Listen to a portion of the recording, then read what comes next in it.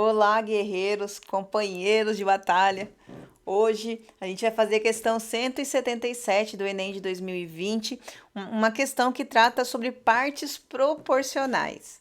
Se você não lembra como faz isso, eu antes de resolver a questão vou te fazer um lembrete o que é dividir alguma coisa em partes proporcionais, ok? Então bora lá para o nosso exercício, diz o seguinte.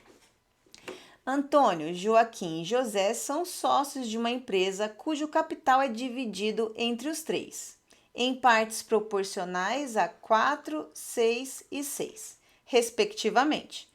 Com a intenção de igualar a participação dos três sócios no capital da empresa, Antônio pretende adquirir uma fração do capital de cada um dos outros dois sócios. A fração do capital de que cada sócio que Antônio deverá adquirir é. Então, na verdade, a situação é a seguinte: tem uma empresa, né, o Antônio, com o Antônio, Joaquim e José, e eu quero deixar a participação do lucro desses caras igualitário, todos iguais. Mas perceba que ali, ó, as partes estão divididas entre 4, 6 e 6. Então, vamos lá para o nosso lembrete, a gente já volta aqui para o exercício. Vamos pegar a seguinte situação, ó.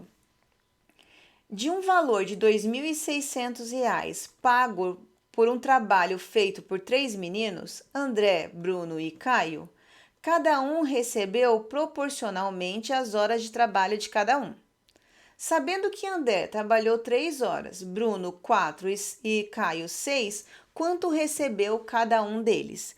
O que você tinha que fazer nesse tipo de exercício? Vou colocar aqui, né? O André, o Bruno e o Caio. Eu sei que o André trabalhou 3 horas, o Bruno 4 horas e o Caio 6 horas. Isso aqui eu também posso chamar de partes, tá? Ele tem 3 partes, 4 partes e 6 partes. Eu sei que no total aqui eu vou ter, então, 13 partes, tá? 13 horas de trabalho. O que a gente sabe aqui? Que R$ 2.600 foi o valor que foi recebido pelas 13 horas de trabalho. Então, se eu pegar os 2.600 e dividir para as 13 horas, cada hora de trabalho deu R$ 200, certo? Bom, se o André trabalhou 3 horas, vai ser 3 vezes 200, que vai dar R$ 600. Se o Bruno trabalhou 4 horas, vai ser 4 vezes 200. Ele vai receber R$ 800. Se o Caio trabalhou 6 horas vezes 200, ele vai receber R$ 1.200. Então, o total aqui, se você somar, você vai ver que vai dar os seus 2.600. Nesse tipo de exercício, então, o que eu vou precisar? Precisar saber a proporção que vai ser dividido os valores, né? Aqui tá aqui as proporções, que são as nossas partes, e eu preciso saber o valor que vai ser dividido, né? Para assim eu conseguir descobrir quanto cada um deles vai receber. Então, lembrete feito aqui, vamos tentar agora entender esse exercício aqui do Enem.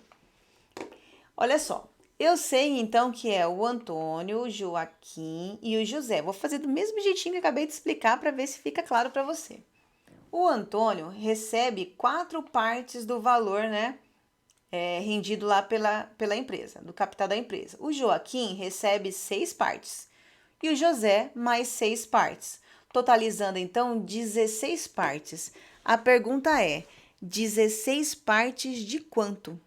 Né? No nosso exemplo anterior agora, eu trabalhei que o valor que eu ia dividir pelas partes era de R$ 2.600. Aqui ele não disse quantas partes, qual é o valor que eu vou ter que dividir pelas essas partes. Neste caso, o que você pode fazer para te ajudar é pegar um valor que seja múltiplo de 16 para você separar ali e entender o exercício. Então, eu, Janaína, tá? Vou atribuir um valor aqui para eles. Vou atribuir um valor de R$ 4.800, tá? Porque R$ 4.800 eu consigo dividir para 16, tá? Sacaram? Podia ser qualquer outro valor. O problema de você pegar um outro valor qualquer é que, às vezes, a divisão da número com vírgula dá mais trabalho do que outra coisa, né? Então, vamos lá. Então, vou fazer o seguinte, vou pegar esses 4.800 e vou dividir para essas 16 partes para eu descobrir quanto vale uma parte só. Então, vou pegar os 4.800 dividido para 16, cada parte, então, vai valer R$ 300. Então, se o seu Antônio recebe 4 partes, então vai ser 4 vezes 300. Então, vai dar R$ 1.200. O Joaquim recebe 6 partes, cada parte é 300, então 6 vezes 300 vai dar, então, R$ 1.800. E o seu José também recebe 300, né? 6 vezes o 300, que vai dar também R$ 1.800. Mas qual é a questão aqui desse exercício? Na verdade, eu quero que todos ganhem a mesma coisa, tá? Você vê ali, ó, que o Joaquim e o José ganham a mesma coisa, mas o Antônio não. Então, o que eu vou fazer?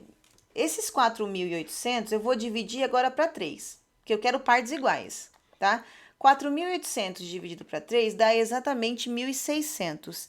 Então, eu quero que o seu Antônio ganhe 1.600. Só que pensa comigo, para que ele ganhe, eu quero que na verdade todos ganhem 1.600, né? Para que todos ganhem 1.600, eu tenho que aumentar 400 aqui e eu tenho que diminuir quanto aqui para chegar em 600? Tenho que diminuir 200 e tenho que diminuir 200, certo? O que ele quer saber, na verdade, ele vai receber então 200 do Joaquim e 200 do José. Eu quero saber quantos por cento, quantas partes representa esse 200 do valor que era. Olha só, se antes o seu Joaquim recebia 1.800, eu vou dizer que ele representa 100%, concorda? Eu vou retirar dele 200 porque eu vou mandar esse valor para o seu Antônio. Assim como o do José, não vou fazer as duas contas porque vai dar igual, né? Então, vai ficar 1.800 era 100%. Então, 200, que é o valor que eu retirar, representa quantos por cento? Representa quantas partes, na verdade? Esse 100% aqui é 100 dividido para 100, corresponde a 1, né? E aí, agora eu vou multiplicar em cruz. 1.800 vezes x dá 1.800x. E 200 vezes 1 é 200 mesmo. Esse 1.800 está multiplicando, vai para o outro lado dividindo. Então, x é igual a 200 dividido para 1.800. Eu corto esses zeros e ainda divido os 2 para 2. Eu vou simplificar. Vai ficar, então, 1 nono.